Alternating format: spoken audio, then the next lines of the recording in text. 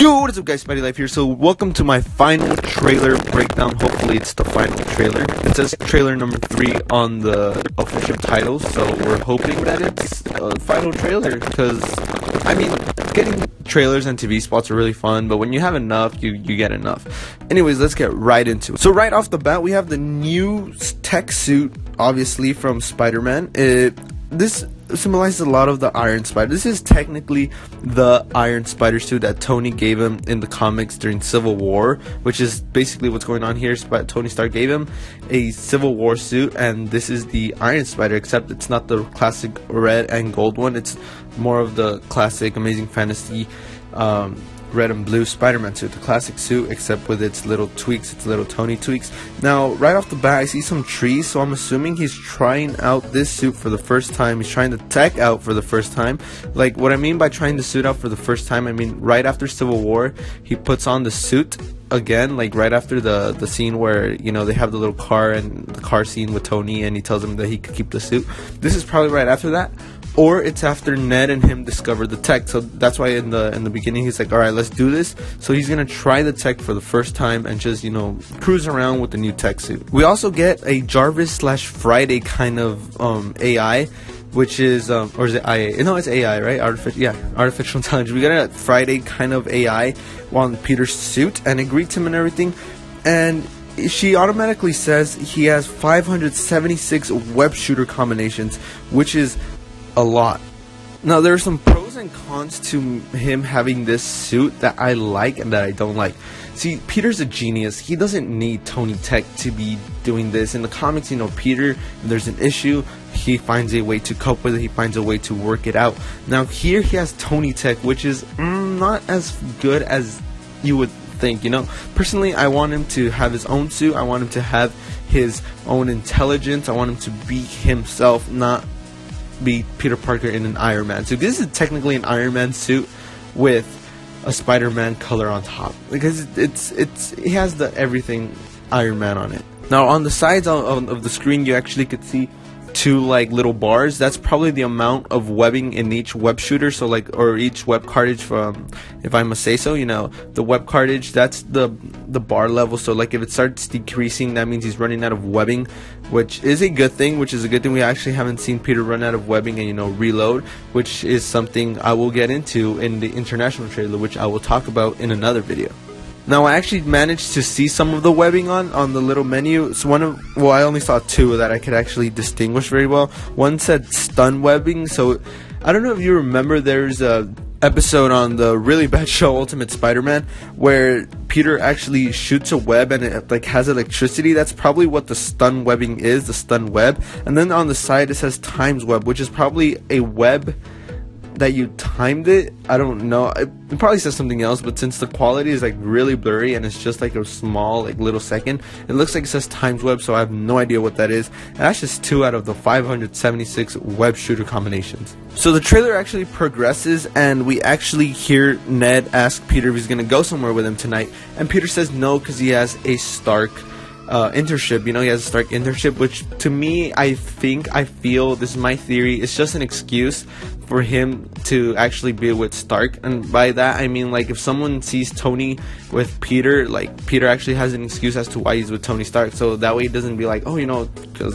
this and that, and he's just struggling. So now he has an excuse as to why he's always going to be with Tony, and that is because he has an internship with Tony Stark. Now, something else to point out in the school is that students actually look like actual high school students, which is something we really don't get in a lot of films. And for once, we're going to get some actual looking like high school students, and maybe they are high school students who actually go to this school, and, you know, they're just told to, you know, blend in, which is really good. Also, the music they chose in the background is perfect. It goes sweet. It's like the first one where they chose Time to Pretend on the first trailer. This is really, really good. We hear him on the phone talking with Tony Stark, and he's actually reporting everything he's doing. Now, I think he's reporting all of this so that Tony knows and he's keeping up with everything that he's doing, since he needs a lot of experience to like know what to do and what not to do, which is why he told in the international trailer. See, this, I don't want to talk about the international trailer too much, because I want to make a separate trailer breakdown on that one, because that one is completely different. But he does say he wants him to have more experience, more like mentoring.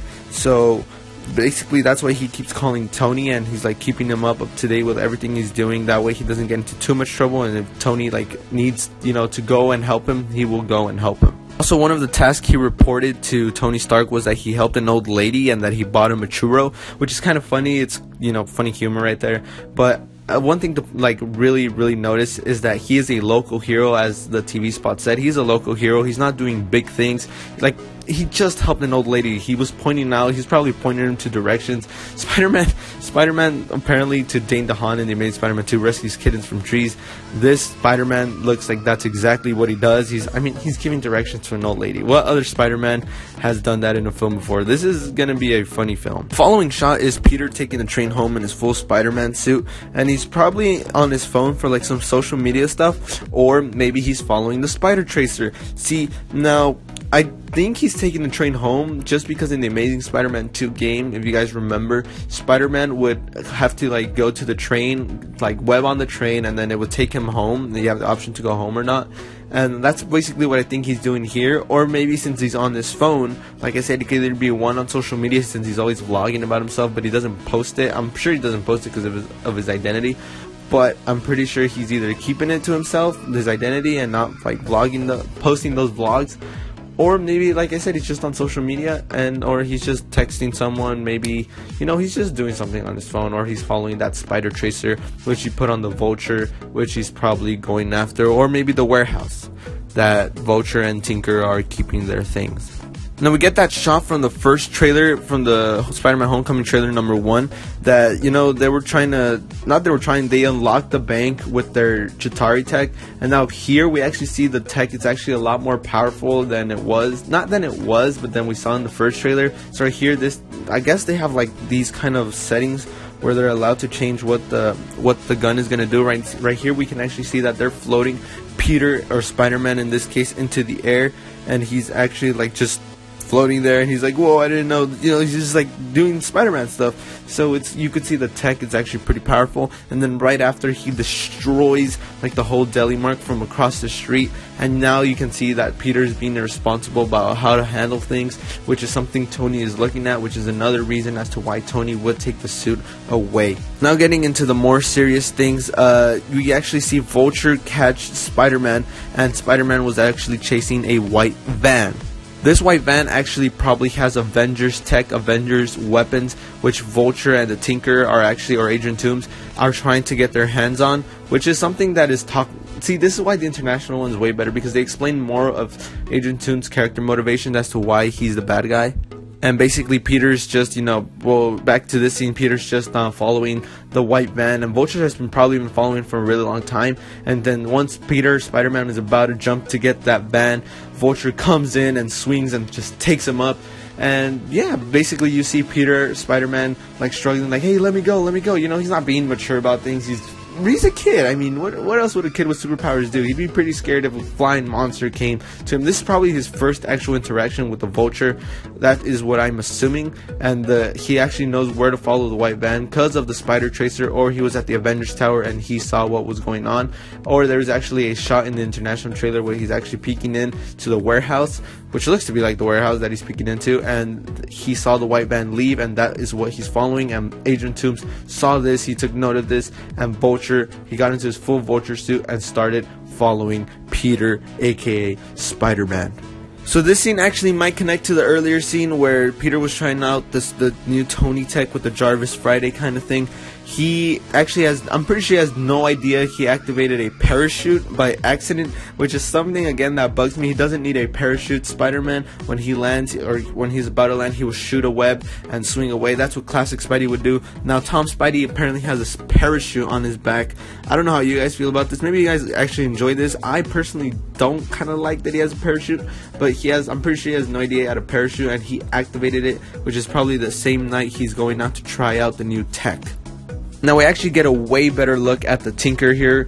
You actually see him. He's actually in the film. I remember a while back they released some rumors that Tinker and the Vulture were going to work together. Now we can actually have those rumors to rest, and as you can see in the trailer here, they are working together. They are in a lair, and as you notice something in this picture, there is something in the bottom right hand corner. That's right, that's a cage from personally, I think it's from the promotional pictures. He has a cage there, which proves again my theory earlier back then. When I'll leave a link to the description. I'll leave a link to the video in the description below, where Entertainment Weekly actually posted a picture of Spider-Man, and like he's on top of some cages. I think you guys remember he's on top of some cages, and I speculated that this is in fact Vulture's lair, and I believe this is, because now we actually see there's a cage in there, and probably there's more cages on the other side of the lair, or the laboratory, whichever you want to call it, and Spider-Man, you know, was in fact in there, and this is his lair. Again, proves my theory. This is supporting my theory. Now, Tom Holland said that John Watts a while back said that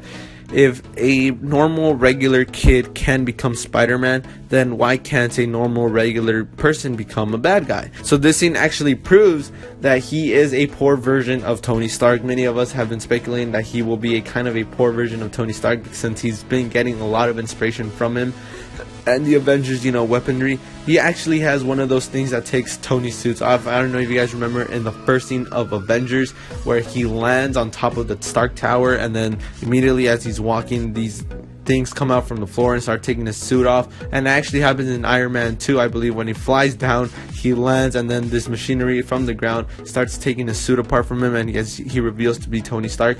This is happening right here. It's a poor version kind of that kind of tech. So when Vulture lands inside, the things start, I don't think they're at the bottom, since like he doesn't have that kind of money, that kind of technology to make it rise from the bottom, but they are there, and that thing actually does take Vulture's or Agent Tomb's suit off, so you know he can be normal, you know, normal, not villainy inside the suit kind of thing. So basically, in a nutshell, that machine takes his suit on and off.